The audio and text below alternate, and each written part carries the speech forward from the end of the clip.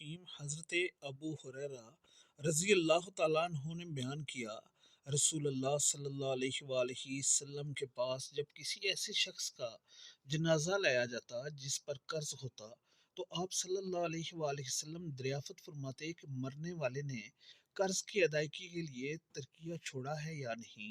अगर कहा जाता कि इतना छोड़ा है जिससे इनका कर्ज अदा हो सकता है तो आप सल्लल्लाहु अलैहि वसल्लम इनकी नमाज पढ़ाते, वरना मुसलमानों से कहते कि अपने साथी पर तुम ही नमाज पढ़ लो। फिर जब अल्लाह ताला ने नबी करीम सल्लल्लाहु अलैहि वसल्लम पर फतूहात के दरवाजे खोल दिए तो फरमाया कि मैं मुसलमानों से इनका खुद अपनी ज़ात से भी ज़्यादा करीब हूँ। इसलिए इन मुसलमानों में जो कोई वफात पाए और कर्ज छोड़े तो उसकी अदायगी की जिम्मेदारी मेरी है, और जो कोई माल छोड़े वो उसके वर्सा का है।